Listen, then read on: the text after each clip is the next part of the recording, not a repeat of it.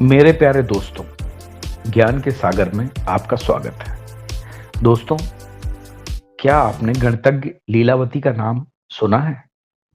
जी नहीं, बहुत से हिंदुस्तानी हैं जिन्होंने गणितज्ञ लीलावती का नाम नहीं सुना है। लीलावती, जिनके बारे में कहा जाता है कि वे पेड़ के पत्ते तक गिन लेती थी।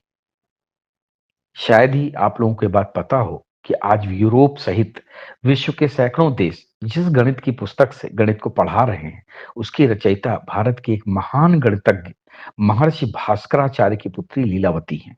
आज गणितज्ञों को गणित के प्रचार और प्रसार के क्षेत्र में लीलावती पुरस्कार से सम्मानित किया जाता है। जी हाँ, चलिए जानते हैं महान गणितज्ञ लीलावती जी के बारे में, जिनके नाम से गणित को पहचाना जाता था। 10वीं सदी की बात है। दक्षिण भारत में भास्कराचार्य नामक गणित और ज्योतिष विद्या के एक बहुत बड़े पंडित थे। उनकी कन्या का नाम लीलावती था। वही उनकी एकमात्र संतान थी। उन्होंने ज्योतिष की गणना से ये जान लिया था कि वह विवाह के थोड़े दिनों बाद ही विधवा हो जाएंगी। उन्होंने बहुत कुछ सोचने के बाद ऐसा लग्न खोज निकाला जिसमें विवाह होने पर कन्या विधवा न हो। विवाह की तिथि निश्चित हो गई। उस समय जल घड़ी से ही समय देखने का काम लिया जाता था। अब जलघड़ी क्या होती थी? एक बड़े से कटोरे में छोटा सा छेद कर पानी के घड़े में छोड़ दिया जाता था। सुराख के पानी से जब कटोरा भर जाता था और पानी में डूब जाता था, तब एक घड़ी मानी जाती थी। पर विधाता का ही सोचा होता है, इंसान का नहीं। लीलावती 16 श्रृंगार किए सजकर बैठी थी। सब लोग उस शुभ लग्न की प्रतीक्षा कर रहे थे कि एक मोती लीलावती के आभूषण से टूटकर कटोरे में गिर पड़ा और सुराख बंद हो गया।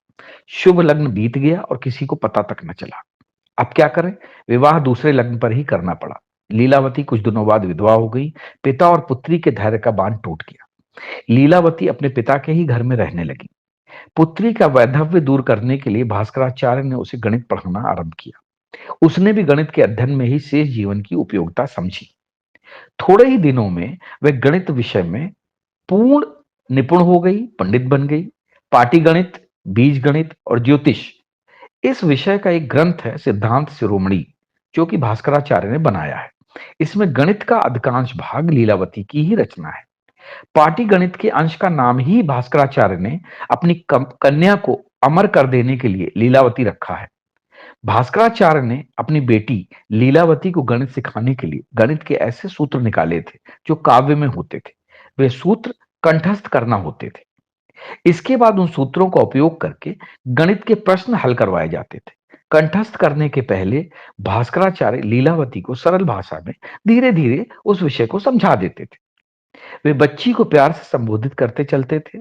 हिरण जैसे नैनों वाली प्यारी बिटिया लीलावती, ये जो सूत्र हैं, बेटी को पढ़ाने की इस शैली का उपयोग करके भास्कराचार्य ने गणित का एक महान ग्रंथ लिखा। उस ग्रंथ का नाम ही उन्होंने लीलावती रख दिया। आजकल गणित एक शुष्क विषय माना जाता है, पर भास्कराचार्य का ग्रंथ लीलावती गणित को भी आनंद के साथ मनोरंजन, जिज्ञासा आदि का सम्मिश्रण करते हुए पढ़ाया जा सकता है। अब आपको एक नमूना दिखाते हैं क्या भास्कराचार्य ने किया। लीलावती का एक उदाहरण देखें, किताब में दिया हुआ है। निर्मल कमलों के एक समूह के तृतीयांश, पंचमांश तथा षठवांश से क्रमशः शिव, विष्णु और सूर्य की पूजा की। चतुर्थांश से पार्वती की और शेष 6 कमलों से गुरु चरणों की पूजा की गई। तो अरे लीलावती, शीघ्र ही बताइए कि उस कमल समूह में कुल कितने फूल थे?